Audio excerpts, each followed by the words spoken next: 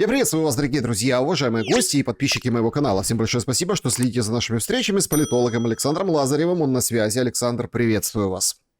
Здравствуйте. Друзья, ну что, у нас очень интересное, интригующее время. Пресса разрывается просто от описания того, что сейчас происходит на переговорном треке. Дрискал выходит и говорит: слушайте, выводите войска из Донбасса, мы делаем демилитаризованную зону, самую технологичную в мире. Вопрос только в решении Зеленского, а тот артачится. Очередные раунды переговоров. Собственно, вчера по финансам, а сегодня по территориям. Ожидаются встречи по видеосвязи Киева и США. Ну а Москва? А что Москва? Лавров выходит, говорит, направили свои предложения. Все очень тихо, все очень обыденно, рутинно. Говорят, вот наши предложения: внеблоковая, безъядерная, Украина. Вот, пожалуйста, нейтральный статус и вперед из песней. Как вы оцените происходящее на переговорном треке и ждать ли нам вот самого главного до 25 декабря объявления, ну, хотя бы какого-то временного рождественского прекращения огня? Сразу скажу, что прекращения огня никакого не будет. Тут важно все-таки учитывать позицию Российской Федерации. Официальные лица, представители России, сказали, что они не пойдут на прекращение огня, пока не будут решены фундаментальные вопросы. Фундаментальные вопросы, они давно понятны. И, в принципе, Соединенные Штаты Америки эти фундаментальные вопросы закрепили даже в своей новой стратегии по национальной безопасности. То есть, это не расширение НАТО. НАТО уже не перманентная организация, которая постоянно расширяется. Об этом сказали американцы. То есть, это одно из важнейших требований Путина для восстановления взаимоотношений США и Российской Федерации, чтобы возобновить на всех других направлениях эти отношения, необходимо решить базовый вопрос безопасности между двумя еще до недавно враждующими сторонами или блоками, как хотите. Вот, это первый момент. Второй момент, то, что Украина воспринимается как проблема, как камень преткновения, который не дает американцам восстановить эти отношения с Россией. То есть, Америка начала воспринимать Украину как проблему, не как основного союзника вне НАТО. Хотя у Америки таких союзников, дай боже, да, можно на пальцах не сосчитаешь, сколько стран имели подобный статус. Вот, и не всегда им это помогало. Точнее, практически никогда не помогало.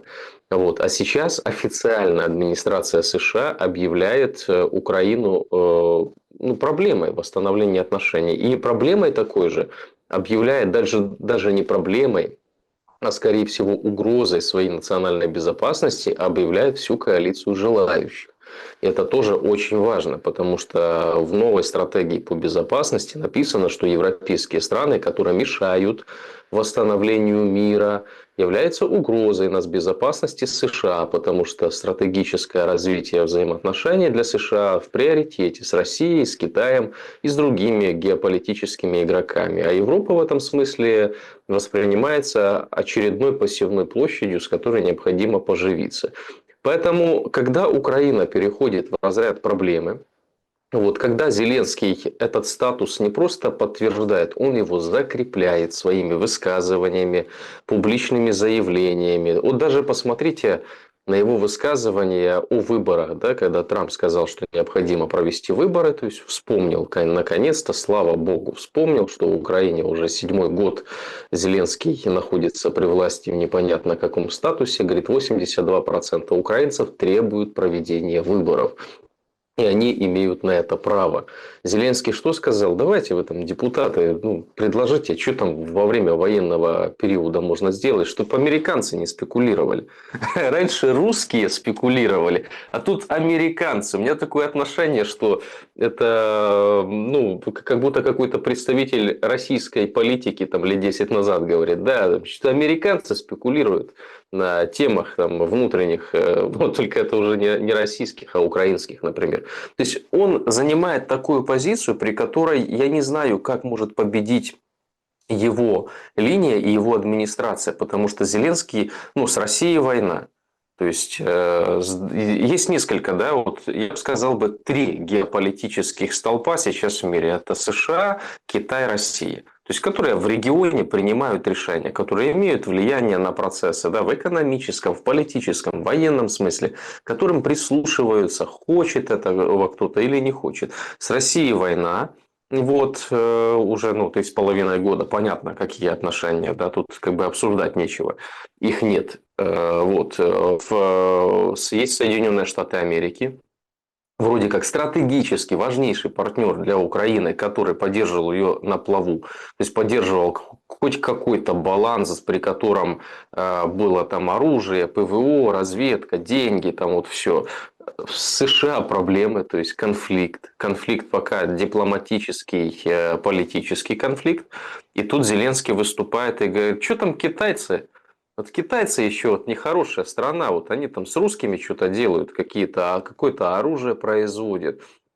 Против мира выступают, а не против нас, вот эти вот китайцы.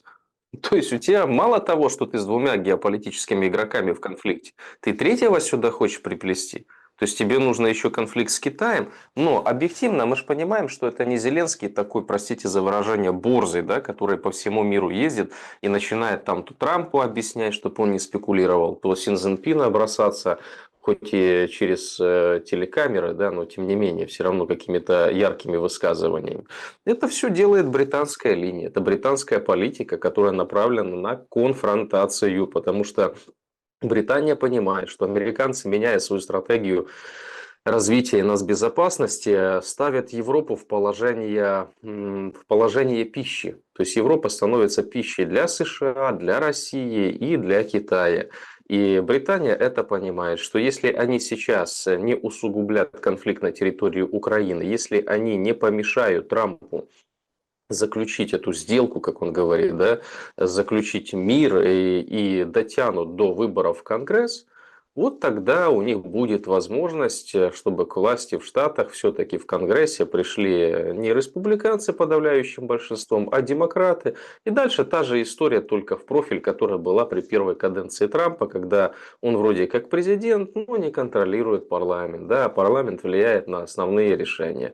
Вот, собственно говоря, такой сейчас план у британской элиты и у коалиции желающих. А На этой ставочке. Украина? Украина где в этом плане, Александр? Вот смотрите, это, конечно, очень интересно. Это многие политологи, как говорится, ваш брат, политолог, он об этом очень часто говорит, потому что, смотрите, нужно где-то годик, около годика протянуть. Если там перемирие, там же Зеленский что говорит? Вы мне обеспечьте безопасность, пожалуйста, американцы, можете европейцев привлечь. Договоритесь с Путиным, чтобы он не стрелял. 60-90 дней, и мы тогда будем организовывать и усердно трудиться над выборами в условиях заморозки войны. То есть военное положение он не отменяет, это четко видно и понятно во время этого. То есть военное положение, мобилизация, о которой мы еще поговорим сегодня. То есть, но мы готовимся к выборам, никто не стреляет. Ну хорошо, то есть это полгода, потом еще год, смена в Конгрессе.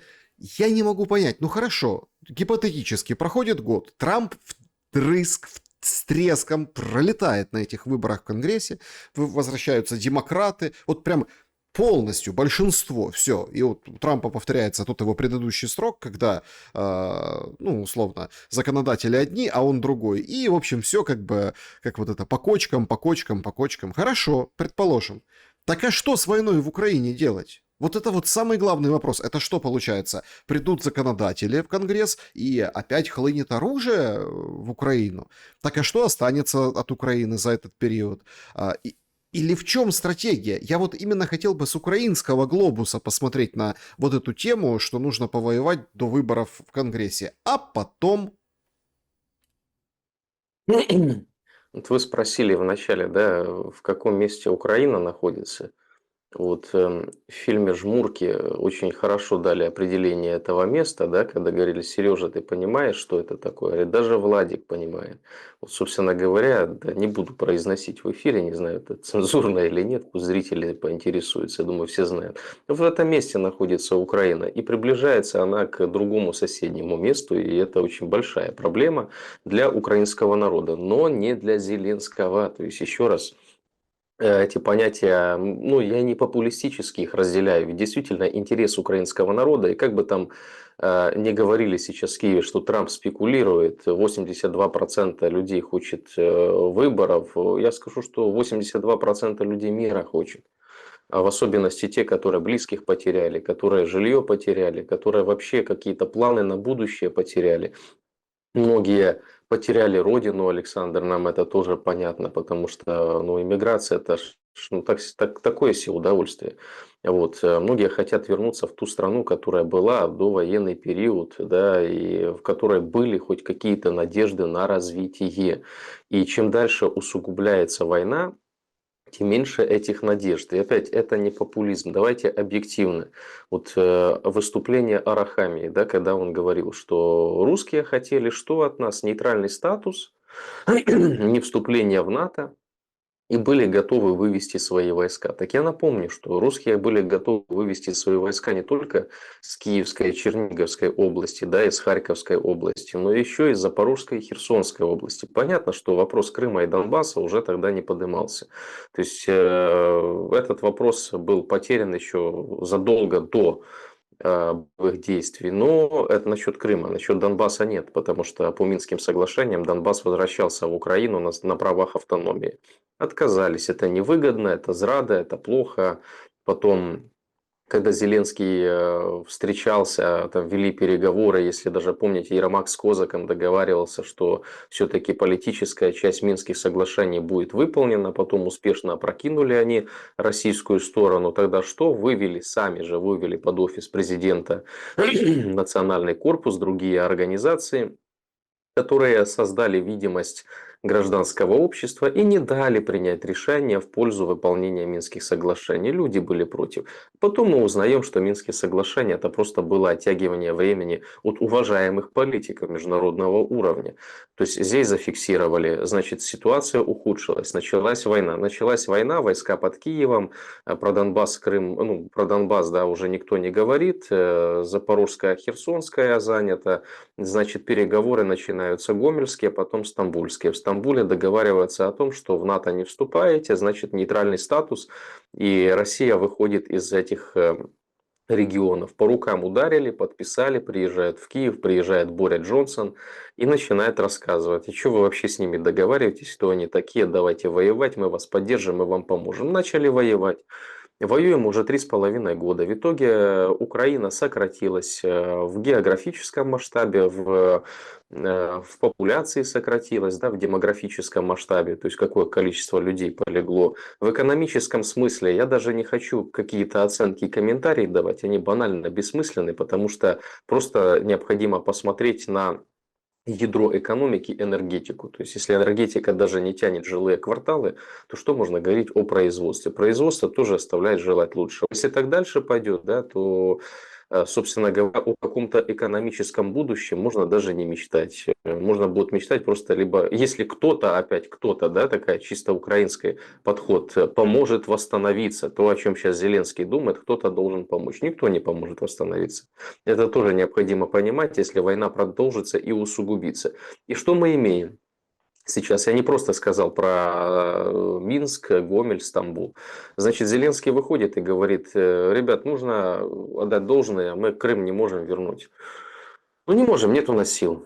И нужно отдать должное, что Запад как-то сопротивляется, и в НАТО, походу, мы тоже не идем. Так подожди, а воюем-то за что? А за что война? За что 3,5 года ты людей отправляешь на верную гибель?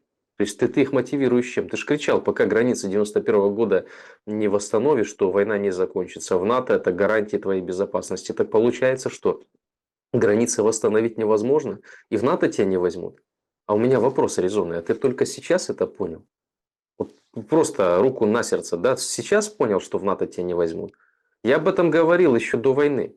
И все говорили, ах, ты там, рука Кремля, что ж ты заявляешь, мы йдемо в НАТО, це ти там, как там сейчас модно, да, Москворот там еще какой-то, да, это ты все неправильно кажешь. Нас НАТО візьмуть, и Евросоюз візьмуть, тут берут нас. Берут, причем так, что не дай бог никому. Вот. И уже границ 91 года не будет. Это говорит Зеленский. Он за это, кстати, на миротворец не попадет, и Данилов или Умеров на него санкции тоже не ведет за то, что он такие высказывания сделал, потому что ему можно. А вопрос тогда, все эти люди, которые 3,5 года гибнут, они за что? За то, что Украина в НАТО не вступит? Так можно же было тогда не воевать 3,5 года, а выполнить тогда Стамбульские соглашения и все? Ведь русские тогда же хотели именно этого, а сейчас вы потеряли еще больше регионов и областей. А что дальше? А давайте просто объективно посмотрим, что вчера произошло.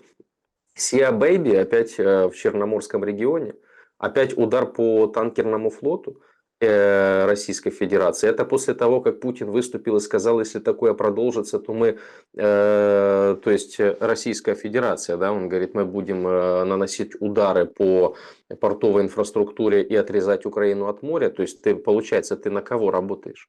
Ты Путину даешь возможность это делать.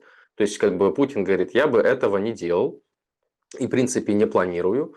Но если Украина продолжит наносить удары по гражданскому флоту, а это гражданский флот, да, который, ну, не военный, вот, который возит там масло, в данном случае там нефть, еще какую-то продукцию, то нужно будет отрезать Украину от моря. И Украина что после этого делает? Принимает решение таки наносить. Наносить, еще больше наносить, потому что, ну а зачем это море?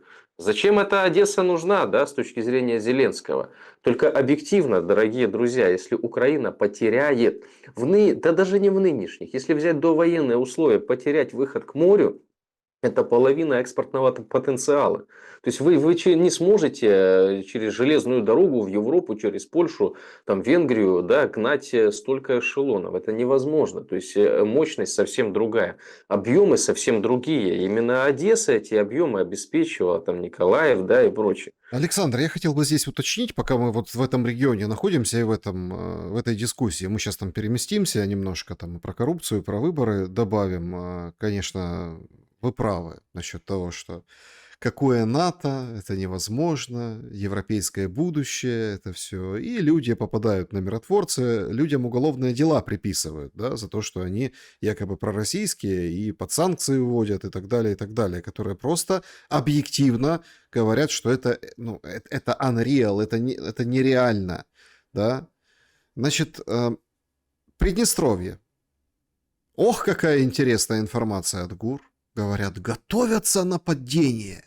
Я прям уже вижу, вот я когда читал это сообщение, у меня перед глазами Лукашенко с указкой и картой. Вот отсюда готовится нападение. Смотрите, максимально простая логика. Это комбинация в 2, ну максимум 3 хода. Условно. Продолжаются удары по российской стороне. Значит, Зеленский что говорит? Давайте энергетическое перемирие. Ну, мы типа не будем бить, в общем, по объектам. Прошлой ночью прилетело в Великом Новгороде по заводу. Да? То есть и каждую там ночь или через ночь, в общем, как только могут, Украина бьет вглубь России. Ну, война же, мол, смотрите, по нам бьют, и мы бьем. Вот Кременчуг в очередной раз атаковали в Полтавской области достаточно мощно, имеется в виду по дронам количеству, и ракеты летели. То есть что там намазано в Кременчуге, да, добивают вот эти все как бы мощности кременчугские НПЗ, которые уже, наверное, просто перелопатиной. Но тем не менее, да, есть куда бить, и бьют, и продолжают. Украина бьет туда. Украина бьет по торговым судам. Там вообще Коморские острова на флаге. Ну, понятно, теневой флот шел в Новороссийск. Вот мы потужно ударили и берем на себя ответственность. В чем комбинация? Мы бьем и провоцируем активность на самом юге. Ну, то есть провоцируем, что злой Путин не дает судоходству, в общем, в нейтральных водах и в водах Украины атакует суда, чтобы они не заходили в Украину. Страховка взлетает, опасность увеличивается. В последнее время вот одесситы такие, но они не наивные, все просто, правда, ждут мира. Говорят, смотрите, с окна снимают, смотрите, сколько судов пришло в Одессу. Мир, значит, близко. Ну, мол, поперло вот это вот, ну, попер товарооборот, грузы и так далее. На самом деле не совсем. Мы понимаем, что атакованный 1, 2, 3 корабля со стороны России такими же дронами бэками, другими дронами воздушными, с авиацией, почему бы и нет. То есть сразу как бы парализует все. Не надо заходить и брать Одессу пешком. Ну и активность возрастает в районе Херсона. Об этом давно, кстати, пишут и говорят, что там не все как бы не совсем просто. Пока все смотрят в сторону Купянска, там Сырский рассказывает про Донбасс, а там тоже происходит война. И тут вылазит Приднестровье от ГУР. Получается, значит, мы говорим, давайте энергетическое перемирие. Россия говорит, нет. Да? Значит, мы продолжаем бить, провоцируем активности вот в этом регионе, регионе Одессы, юга.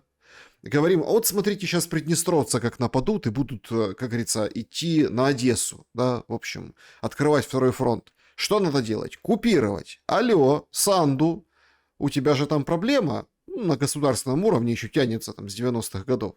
Давай мы ее решим. Санду как бы ломают европейские чиновники, она дает кивок положительный, и начинается вот это движение. Тогда уже ни о каких мирных переговорах, планах о том, что вот сейчас расписывают, там, да, вот Запорожская АЭС, построят дата-центр, будут питать, в общем, зарабатывать деньги, американцы, все, там уже будет совсем другой коленкор. И, соответственно, этот план можно выбросить в мусорку. То есть война продолжается, задание британцев выполнено. Бесхитростная стратегия. Какие есть нюансы здесь, и пойдет ли Зеленский по этому пути, что видно и как просматривается сейчас? Нюанс есть в том, что эту стратегию не поддерживают в Вашингтоне. Вот это самый главный нюанс. И что Трампа это не просто выведет из себя, это взбесит его полностью, потому что у него другие планы и задачи, и время у него, и сроки сжатые. Если сейчас пойдут на это, то я боюсь себе представить, как себе поведут Соединенные Штаты Америки. А я думаю, все уже поняли, что Трамп это не неолиберальный политик, да, то есть он не действует в той парадигме, которая была давно принята на Западе. То есть он не смотрит на то, как что будет выглядеть, как что будет называться, как это воспримет мировое сообщество. Плевать он хотел на все мировое сообщество и на его восприятие. Он назвал Министерство обороны Министерством войны. Это что, мало о чем говорит? То есть человек совсем с другим подходом. Он в стратегии национальной безопасности написал о том, что в Европе будет поддерживать только те страны, которые имеют правый идеологический вектор, да, патриотический вектор. То есть мы понимаем, что это вызов именно глобалистским, неоглобалистским структурам Европы, не только Европы, в данном случае Соединенных Штатов Америки, но в первую очередь это нанесет непоправимый ущерб именно Европе. И если какая-то Санду сейчас, да, устроит провокацию, ссылаясь на какие-то разведданные, которые будут проходить из Киева, то я не удивлюсь, если Трамп еще введет санкции, да, и против Молдовы, и против тех стран, которые поддерживают.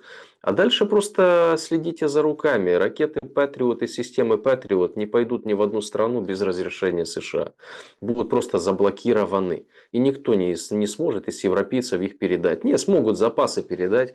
Даже может и несколько ракет отстрелять.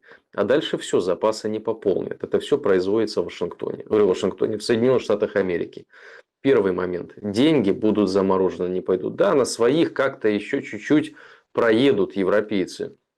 Хватит ли это в более масштабных боевых действиях? Потому что Россия объявит о том, что угроза Приднестровья, необходимо помогать.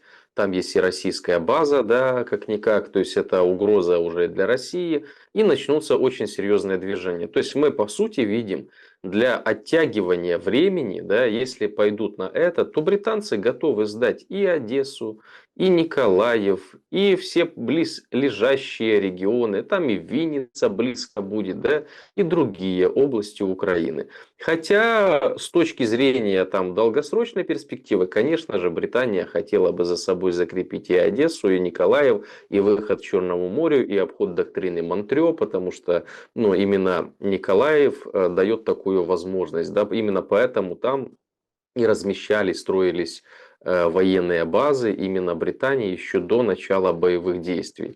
Вот. Но я хочу, чтобы все просто обратили внимание, на самом деле нет никакой там глубинной тайны в этом. Есть просто отсутствие времени для европейских партнеров Зеленского. И они сейчас могут действительно идти на всяческие неизощренные методы, но такие прямые, в некотором смысле тупые, очень рискованные методы, на рискованные провокации. И Зеленский, увы, будет действовать с ними заодно.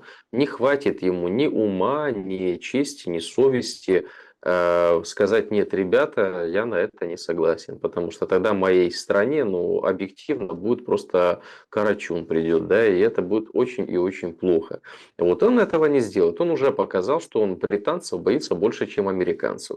Его лишили самого дорогого, его лишили Андрея Борисовича Ермака, и это никак не повлияло. Хотя, может быть, он сейчас это все делает и говорит: это вам за Ермака, это вам за Андрюху.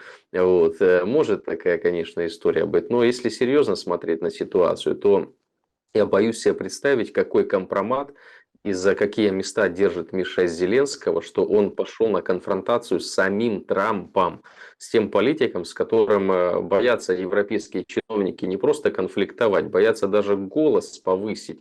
Они шепотом привыкли разговаривать. А Зеленский, получается, самый борзый, либо самый глупый, да, среди них, потому что никто себе подобного не позволяет именно с этим политиком и с этим человеком. Поэтому будут затягивать время. Может ли быть такая стратегия, такие планы? Могут быть. Почему нет? Зачем исключать то, что у вас политика — это искусство возможного? Да? Зачем это исключать? Я бы сейчас вообще не делал никаких прогнозов насчет того, что там европейцы могут смириться с позицией Трампа, сказать: ну да, подписывайте мир, идите на эти уступки, а мы там как-то проканаем дальше. Нет, канать они не хотят. Они хотят зарабатывать деньги, хотят выйти из статуса экономической жертвы. А Трамп именно, как хищник геополитический, определил их место в этой пищевой цепочке, в своей стратегии нацбезопасности. Там четко и ясно указано, кем является Европа не только для США, но и для России и для Китая, то есть для глобальных игроков. И есть у меня ощущение следующего характера, что понятно, что конфликт между США и Китаем, он неизбежен, потому что ну, это диктует экономические правила. Чем больше Китай развивается, тем больше пассивных площадей теряют Соединенные Штаты Америки. Тут можно долго рассуждать и проценты приводить, но как бы формула такая. Вот. И он это понимает, Трамп, что это неизбежно. Но можно же оттянуть неизбежное. И в данном случае, если оттянуть неизбежное, нужно что-то предложить, чем-то поживиться. А вот вам тепленькие, сладенькие европейцы, которые себя в идеологическом смысле загнали в такую прірву, да, в такую экономическую дыру и в халепу, из которой выйти они сами по себе не могут. И если их сейчас предложить на стол как основное блюдо, вот, и предложить своим, так сказать, заядлым врагам, то враги согласятся и временно перестанут быть врагами. А там, поверьте мне, поживиться до сих пор есть чем. А то, что они себя идеологически загнали, ну здесь гадалки не ходи, посмотрите на говорю, германскую, немецкую политику и на то, что они делают. Да, вот недавно Рютте заявил, я, честно говоря, ухахатывался. Говорит: я когда Трампа встречу, я ему объясню, что наша миграционная политика, наоборот, благотворно повлияла там на немецкие реалии. Ну, это Вот Мерц, да, Мерц такое говорил. Мерц. Рютте говорил другое, говорит: у нас нет плана «Б». Ну, типа, если США отвалится, то у нас нет плана «Б». А Мерц говорит: так смотрите, мы успеха добились. Вы говорите Ермак.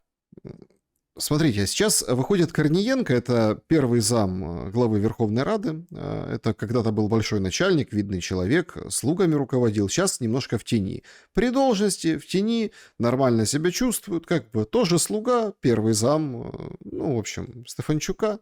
Говорит: Верховная Рада готова написать законопроект и, в общем, проголосовать, изменить закон, но по выборам. Но нам нужны гарантии США и ЕС в отношении безопасности. Чтобы выборы были безопасными. Ну и мне вот это нравится. Последние 2 суток все говорят: честные выборы. Честные, свободные. Это вообще, конечно, тема, это поле непаханое. Я думаю, что если мы приблизимся к этому... Просто есть сейчас 2 версии. Одни говорят, что они сейчас будут забалтывать этот процесс, и, в общем-то, да, и начнется движуха по поводу, ой, давайте быстрее, давайте. Вроде как на словах все будут торопиться, а на самом деле это все будет очень долго, нудно приниматься, и, в общем, ну, процесс же идет, что ты, Трамп, ну, не возбухай, вот мы готовим законопроект, от тебя гарантии. То есть используют эту историю. Но если ну, одни говорят, что это специально, чтобы ничего не проводить, другие говорят, что нет, такой сигнал прямо поступил, и они будут очень быстро делать законодательство. Тем более тут уже все быстренько постройки смирно. Корниенко, Диденко, который ЦВК заведует, говорит, вот 60 дней, нам надо 60 дней. И честные выборы, пожалуйста. Предположим, дожимают сам факт выборов, и мы приближаемся к точке, ну, к дню, когда их назначат. Да? И какие-то там условные договоренности США и России, что ну давайте там снизим количество ударов, ну или как-то в этом, что-то в этом духе. Так сама суть выборов предполагает полное какое-то позорище. Сейчас люди активно, ну, во-первых, Новый год скоро, да, и люди активно делятся в соцсетях своими впечатлениями, ну, те, кому удалось попасть, а билеты там покупали за 2 месяца, впечатлениями от новогоднего квартала. Люди снимали в зале на телефоне, там, в общем, шутки. Причем есть те, которые уделяют внимание Миндичу, да, что это прыщ на одном месте, мол, заболевание такое, как они вот пытаются отбелиться, начинают гадить на Миндича и так далее. А другие в целом анализируют вообще не смешной, беззвездный, очень пошлый, с постельными сценами и всякой ерундой, то есть абсолютно тупой квартал 95. И вот тут возникает очень интересный момент. Коломойский выходит и говорит, покушались на Миндича, представляете? Причем так говорит, как между прочим, его 2 дня не могли доставить в суды, но все-таки доставили, и то там на этом суде судьи встали и говорят, не, мы все, мы самоотвод, и ушли. И он так как бы невзначай, хихихаха, на Миндича покушались, там есть уже предположение, что у них там эти дома рядом, поэтому перепутали, ворвались, получается, к нему в дом, поэтому он и знает. Полиция официально опровергает это покушение Израиля, об этом все отрапортовали. Но по большому-то счету это же не было покушением на Миндича, если перепутали дом. Если что-то и было какое-то, да, то это вот на домработницу покушались, получается. Ну или там на другое жилище. Поэтому официально это не... В общем, ты не подтвердишь, даже если это было или не было. Но на этом фоне вообще выборы как проводить? Вы понимаете, мало того, что зашкваренные, дискредитированные, пытающиеся отбелиться, все остальные зачищены, уничтожены, обгажены, остается только он с большим пятном на одном месте заболевания Миндич и пленки, которые держат на паузе, и потихоньку выпускают набушников. Как в этой обстановке вообще строить предвыборную кампанию людям от власти и людям против власти, если таковые еще осмелятся и пойдут? Насчет выборов, да и насчет того, как и вообще их проводить, я не вижу сейчас механизма, и причем это не законодательный механизм, а всеобщий, да, проведение выборов в Украине. То есть каким образом эти, не, их можно провести чисто фиктивные, да, чтобы подтвердить власть той системы, которая сейчас присутствует. И система в данном случае, она может называться не Зеленский, она может называться Залужный, может называться Буданов, может называться Белецкий, может называться как угодно. То есть, но суть от этого не поменяется. То есть, если, например, сейчас объявляют выборы, но до этого не восстанавливают политические партии в правах, которые Зеленский просто взял и незаконно ликвидировал. Вот. А это прям целый список политических партий, которые не могут участвовать в выборах. На политических основаниях, как конкурентов, ликвидировал. Все они мают зв'язки с Кремлем.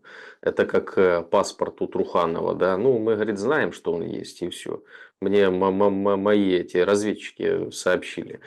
Политические партии, их нет, то есть они не представлены. Дальше политики оппозиционные, да, а я считаю, что оппозиционные политики в основном в своей массе находятся все за границей, потому что реальная оппозиция, она при Зеленском, ну там было только 2 выхода, и вы меня понимаете, я думаю, зрители тоже, там либо, не, хотя 3 выхода, либо тюрьма, либо земля, либо иммиграция, то есть, ну, до 4-го не дано, так сказать, да. Вот, поэтому вопрос возникает, а эти политики смогут принять участие в выборах или не смогут принять участие в выборах?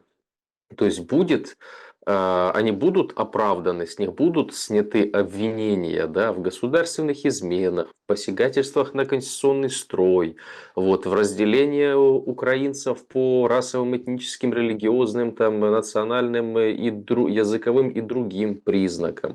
То есть все эти политические статьи 111, 109, 110, 161. То есть это некий такой комплекс, который пришит всем оппозиционным политикам. Если не будут сняты, да, а будут ли восстановлены, например, средства массовой информации оппозиционного характера, которые ликвидированы, или 4 миллиарда гривен по сравнению с предыдущим годом, 1,5 миллиарда на телемарафон, это и есть нам ответ, будут ли сняты вот эти ограничения. То есть, как при таких раскладах принимать участие в выборах? Как при таких раскладах вообще можно говорить о каком-то плюрализме? Знаете, такая шутка ходит. Это же потрясающе. Выделять такие бабки на марафон, который ты не можешь посмотреть, потому что нет 16 часов света. Ну, то есть, это же просто, это клондайк, вы понимаете? То есть, Ну да. люди их не могут посмотреть, даже вот эти официальные новости, потому что, когда у тебя там есть свет, эти несколько часов в день, да, дай бог, чтобы несколько часов, а не там до 5 часов, как последнее время, ну, явно ты не сидишь и не смотришь телемарафон, ты там пытаешься зарядить что-то, чтобы у тебя было, да, то есть, ну, в общем, смеются как бы люди с этого, с этих трат. Продолжайте, пожалуйста, как говорится, Ермак, Миндич и как фактор этих выборов, как оцените? Да, но я вам так скажу, что и даже когда свет был, люди тоже не смотрели этот марафон, потому что там, ну, смотреть его невозможно было. Статистика даже была внутренняя, что там 5% или сколько людей смотрит. То, мне кажется, смотрели от безысходности пенсионеры, потому что привыкли, что телевизор постоянно включенный и что-то на фоне разговаривает. Вот если все каналы отменили, ну, разговаривает марафон. Ну, щось там собі розмовляє та й розмовляє. Поки там бабуся, не знаю, картошку чистить, да, чи борщи варить. Ну, в общем, история-то понятная была. Но сейчас красавцы, конечно, реально. Никто не смотрит, но бабки выделяются там в 3 раза больше. Вот. Что касательно выборов, да, тут, мне кажется, схема понятна и ясна. Если не будут восстановлены в правах те политики, да, которые поражены были в этих правах, в активном избирательном праве, то о выборах говорить нечего. Это будут не выборы, это будет фикция, это будет легитимизация режима Зеленского. Это первый момент. Второй момент, а как будут восстановлены в правах, в пассивном избирательном праве люди, которые находятся за границей? Как будут устроены участки голосования? Это ж, ну, давайте объективно, в Европе сколько, миллионов 10? В России миллионов 6, там, в Беларуси какое-то количество. То есть в недружественных странах, как определили, да, в парламенте украинском, эти люди, которые там находятся, они лишаются гражданства или они что? То есть они уже не украинцы, они не будут принимать участие в выборах. То есть этот вопрос тоже не отрегулированный. Да? Дайте, кажется, ответы сначала. То есть кто будет принимать в выборах, кто гражданин Украины, кто не гражданин, кого ты лишаешь гражданства, у кого какие привилегии, а как ты организуешь в Европе, так сказать, эти избирательные участки или договоренность Британии и ЦВК, да, о помощи в проведении выборов будет работать. Но то если будет она работать, то понятно, за кого проголосуют. Тогда Валера следующий президент. Да, аплодируйте, радуйтесь. Это будет еще хуже, чем Зеленский, дорогие друзья. То есть это как бы история тоже понятная и объективная. При таких раскладах, если такие выборы проведут, Россия согласится на... Был тут президент Украины, представитель гражданского сектора, а сейчас придет представитель военного сектора. А там в России себе как будут это объяснять? Ну, много вопросов возникает. А теперь, что касается Тимура, да, Миндича, или как Игорь Валерьевич говорил, закатай вату. Да? Тут много определений по этому парню. Вот. Но, честно говоря, он когда вчера это все рассказал, говорит, совершали покушение, но не получилось, потому что перепутали дом. Но у меня первое, что в голове возникало, какие заказчики, такие исполнители. Да? В общем, вот вам и 95-й квартал, даже в таких грязных вещах как покушение или не покушение. Ну, насколько я видел там в средствах массовой информации, там израильская полиция не подтверждает этого факта, украинский МИД не подтверждает, то есть дипведомства говорят, что это все неправда, никакого покушения не было. Гончаренко Леша говорит, нет, покушение было, просто дом левый зашли, перепутали, напали на домохозяйку. А зачем нападать на домохозяйку? Мне тоже такой вопрос, да? Миндич, он же как бы, ну, не женского пола, или там слепые эти наемники были. Ну, такие мокрые бандиты, Причем честно с говоря. ножом. Сразу как... С ножом. Помните, да, С ножом. картинку мем Петра Алексеевича с ножом? Да, вот это, с Так ножом. может это он. Ну вот, просто, ну, я понимаю, зачем Игорь Валерьевич это делает. То есть он объявил о том, что будет порция чего-то нереального. Эта порция продолжается. Вот сегодня, я думаю, он что-то еще должен заявить, если, конечно, автозак не сломается, его довезут до зала суда и заседания, и он там будет опять какие-то прикольные вещи рассказывать. Было ли это покушение или не было, непонятно, да, потому что, зная Игоря Валерьевича, он может и прикольные истории придумать, и рассказать их, и очень смачно, и красиво. Но важно не то, что было или не было. Да? Мы живем в эпоху, так сказать, интернета, постправды и прочих вещей. И сам факт не важен. Важно, как это разошлось. А разошлось это красиво. И все, кто услышали, начали думать, что... Ну, на кого же он пальцем показывал? Он же не сказал, что это сделал там Зеленский, да? Что это его окружение, там, хотели Миндича устранить. Но объективно здесь и говорить не надо. Здесь, в общем, этот намек Коломойского, да, а вот тут на Тимура покушение. И все сразу в голове, ага, а на кого он имеет компромат? Сейчас же пленки, НАБУ. Понятно, значит, кто это действует? Значит, это действует Зеленский. Ну, тут и гадалки не ходи. То есть, это такая политика дискредитации уже миллион раз дискредитированного Зеленского. Еще говорит, здесь его не было, вот надо пришить его к таким вещам. Мало того, что там коррупция, война, мародерство, ну вот еще и покушение на своего там сотоварища. Вот. Будет это раскручиваться или нет, непонятно. Но было бы, конечно, прикольно услышать комментарий Миндича. Он там вышел на связь, как-то прокомментировал. Но, судя по всему, он, наверное, уже и не Миндич давно. Может быть, поменял паспорт там какой-то, как был в России такой Чубайс, если помните, да, такой великий реформатор. Ну что же, уехал, только он уже не Анатолий Чубайс, у него там как-то по-другому, да, 10 других имен. Может, и Миндич уже по другим именем. Так, собственно говоря, тогда на него и покушения никакого не было. Ну, будем наблюдать. Но то, что Зеленскому это боком все вылезет, это факт. И то, что Коломойский сейчас себя так вальяжно чувствует, сидя в СИЗО, я напоминаю, то есть это он как бы не на своей территории играет, он не в безопасном месте. Туда в любой момент могут прийти представители, да, власти и, так сказать, воздействовать на Игоря Валерьевича. Я понимаю, о чем я говорю, потому что у меня много знакомых прошли через подобные вещи, и воздействие оказывалось очень серьезного характера. Поэтому то, что он себя так ведет, значит, он не боится, значит, ему даны гарантии. А значит, он играет в республиканской игре сейчас. И, судя по всему, ему гарантируют какую-то крышу. Заруба у Коломойского была с демократами в основном. Вот. Так что посмотрим. А, Очень такие новости я хочу с вами обсудить. Как-то кисло от них, хотя вроде как хорошая же новость. Ну, с точки зрения людей, да, вот эту Вовину 1000, зимнюю поддержку, теперь можно потратить на продукты. Значит, уже которую неделю там тыкаются разные люди, получили эту 1000, ну, те, кто получил. И, в общем, там были даже лайфхаки, я помню, делились, ну, просто украинцы делились друг с другом о том, что можно пойти на Укрпочту, и на Укрпочте можно купить продукты. Ну, там какой-то минимальный набор каких-то продуктов есть, и можно поесть, купить на Укрпочте. Печенье какое-то там, что-то, консервы, говядину, какую-то тушенку, что-то такое, да?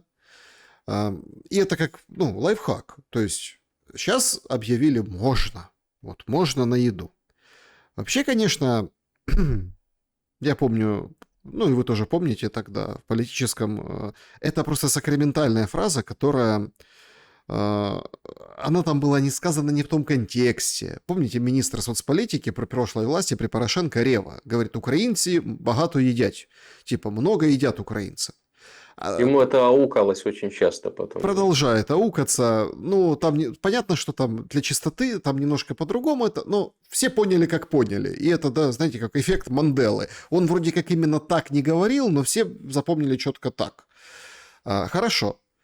Но это же особенно подчеркивает ужас ситуации на фоне отключений света, на фоне вообще общей экономической ямы. Давайте подберем вот это слово из 3 букв. А, Это действительно подчеркивает, что ситуация критическая. И вот эту на 1000 гривен ты особо там, ну, в общем, надолго ты и не закупишься, но все равно, как для поддержки штанов, да, вот что-то можешь себе какие-то там крупы, что-нибудь еще, в общем, закупить, насколько хватит, да. И вторая новость, тоже такая специфическая. СЗЧшники теперь под грифом «секретно». Их количество.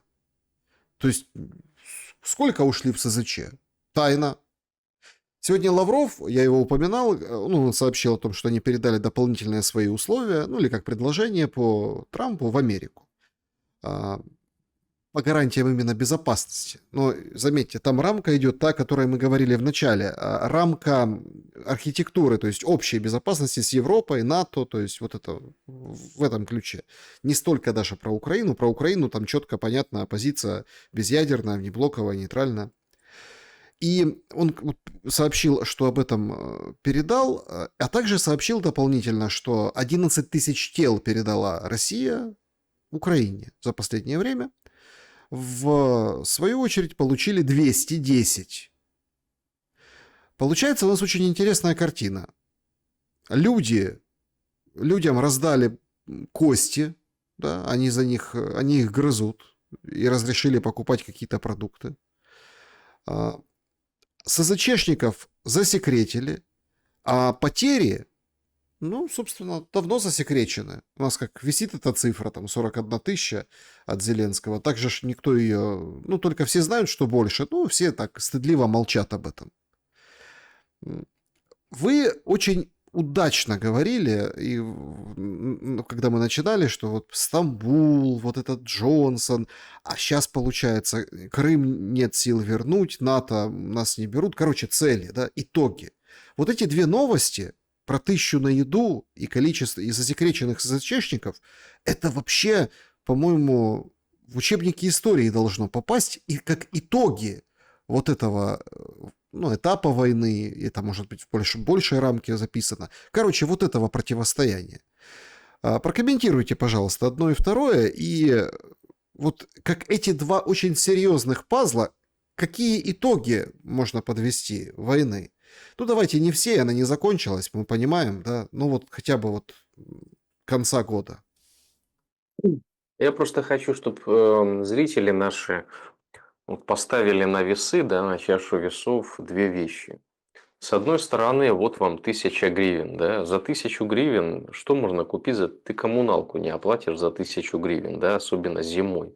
Вот. 1000 гривен – это даже не половина минимальной пенсии, да, в Украине. То есть, ну, купишь ты какой-то крупы, купишь там 2-3 килограмма мяса, ну и, в общем, бабушка какая-то, пенсионерка, может быть, полнедели протянет за эти деньги, да, за 1000 гривен. Вот, собственно говоря, что такое 1000 гривен. Это с одной стороны, на одной чаше весов.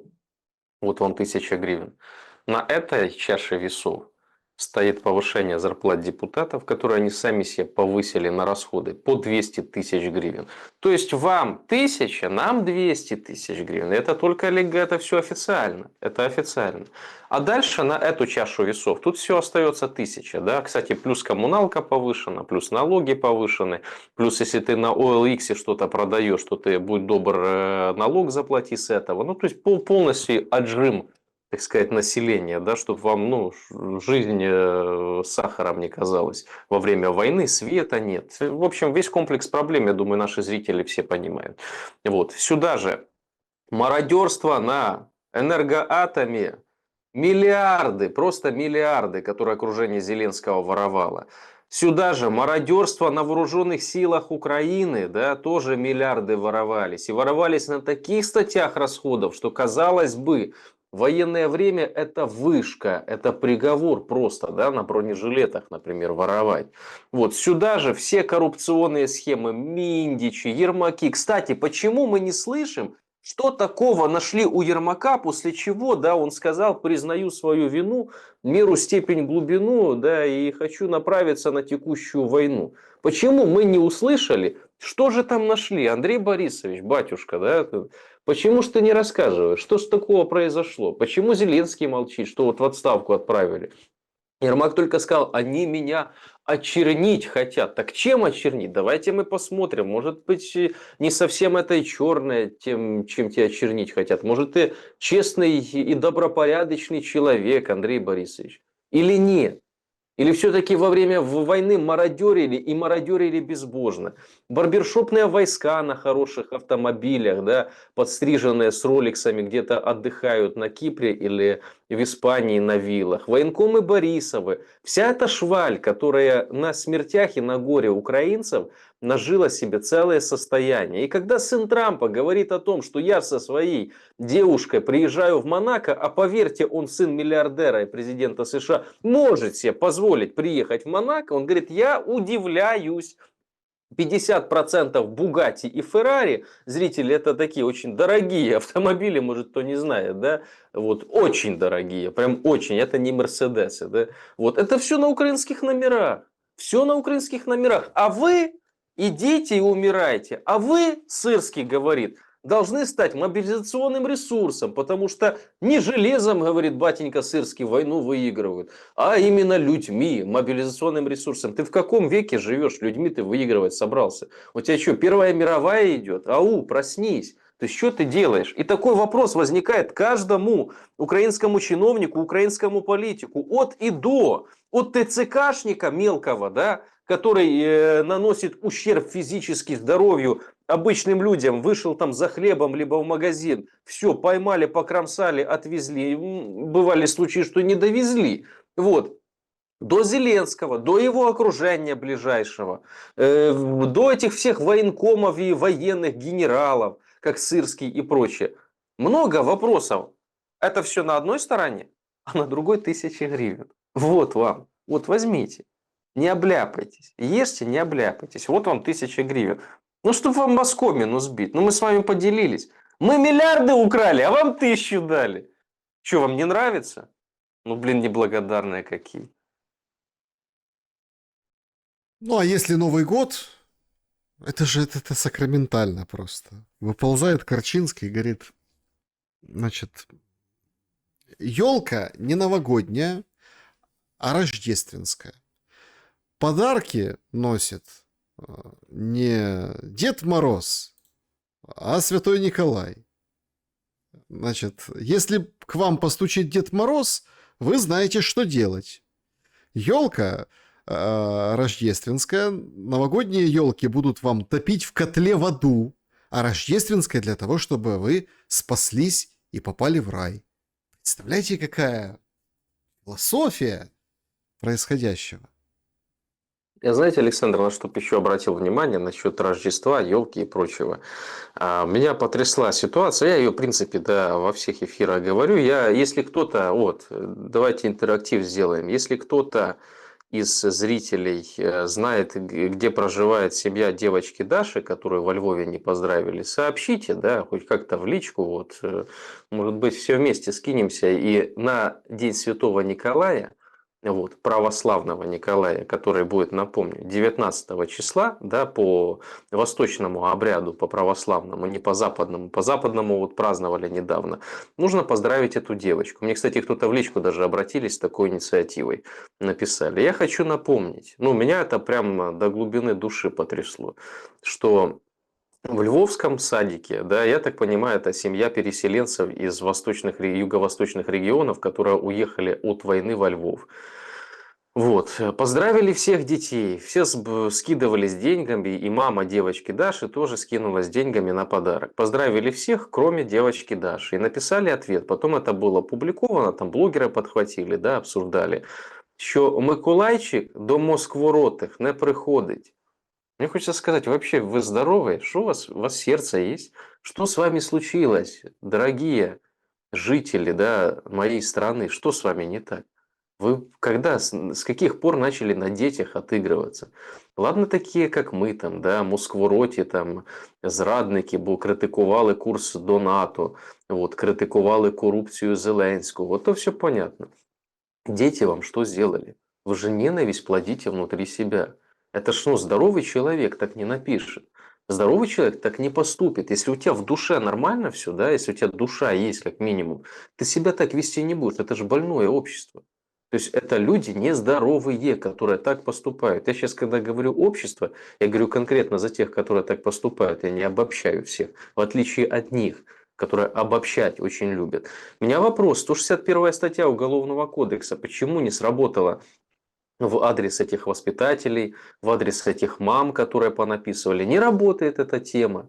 Не работает, потому что то неправильно, то Москвороті, а то правильні. И тут выступает этот Корчинский, да? Но я хочу напомнить, если кто забыл, кто такой Корчинский? Патриот великий Украины, который в Москву ездил, с Дугиным вместе за партой сидел на каких-то мероприятиях и кричал о том, что славянское единство, русский мир, дальше только братство славянское, да, только славянские народы. Вот. Перекрасился, оказывается. Все, уже не единство, братцы. Уже не братские народы. Уже елку в топку в аду. Дорогие друзья, это клоун. То есть Корчинский это обыкновенный банальный клоун, который привык эпатировать, который зарабатывал деньги и в Москве, и в Киеве, и при партии регионах, если кому-то это секрет, то открою тайну Полишинеля. Вот. И при других москворотих політиках і олігархах. І з удовольствием святкував Новий год під водочку, да, і корочку. Тоже не українського виробництва, так-то на секундочку. Ну ладно, водочка, может быть, и украинского была. Вот, дорогие друзья, вот эти вот негодяи, они специально вас разделяют. И я, честно, я не устаю говорить. Когда-то кто-то создал гениальную картинку. Гениальную. Она разошлась по всему интернету. Когда жирный такой вот хряк-чиновник напаковал пачку денег, и люди его спалили. Говорят, тримай, типа, держи вора. И он кричит, а чему не украинского? И они начинаются чубариться. А он берет с этим мешком, как Миндич, Цукерман, Ермак, Зеленский, да, и на выход. Пока вы, друзья, между собой выясняетесь, у вас Рождество правильное или неправильное, у вас Николайчик или Дед Мороз, у вас ялынка или, не знаю, или сосна должна к вам прийти. Вот пока вот этой дичью вы занимаетесь, вместо того, чтобы обратить внимание на реальную проблему, что враг не тот, кто с вами на другом языке разговаривает, а тот, кто мародерит во время войны, тот, который ваших детей отлавливает и отправляет на убой. И вот вы сказали о том, что передали там 11 тысяч тел погибших. А сколько тел погибших дошло до семей? Сколько их смогли похоронить? А сколько еще проводится экспертиз, потому что надо ж выяснить, а точно ли это тело погибшего, да, украинца, или может быть это подмена какая-то? А сколько семей получило выплаты и компенсации? Я напомню, что те, которые себе по 200 тысяч гривен повысили зарплату, они приняли закон, что выплаты будут разбиваться на 6 лет после окончания войны. И то в случае того, если семья погибших, то есть мать старушка, да, либо жена, вдова, детки, смогут в суде доказать, что он погиб, выполняя боевое задание. А не просто где-то случайно упал в канаву, и потом русские его нашли и передали. Вот тебе вопрос какой. То есть у меня это морально-этическая дилемма. Я когда на них смотрю, я думаю, ну разве настолько можно опуститься? Оказывается, можно. А потом сидеть и выяснять, кому Миколайчик прийде, а кому не прийде. Ребят, ну просто проснитесь. Проснитесь, вас разводят как последних. Александр Лазарев был моим собеседником сегодня. Спасибо большое за время и мысли. Спасибо большое. Друзья, подписывайтесь на Лазарева, ссылка в Телеграм и на YouTube будет в описании к этому видео. Поставьте лайк, пожалуйста, этому выпуску и напишите, что думаете в комментариях. А самое главное, берегите себя и друг друга. Добра и света.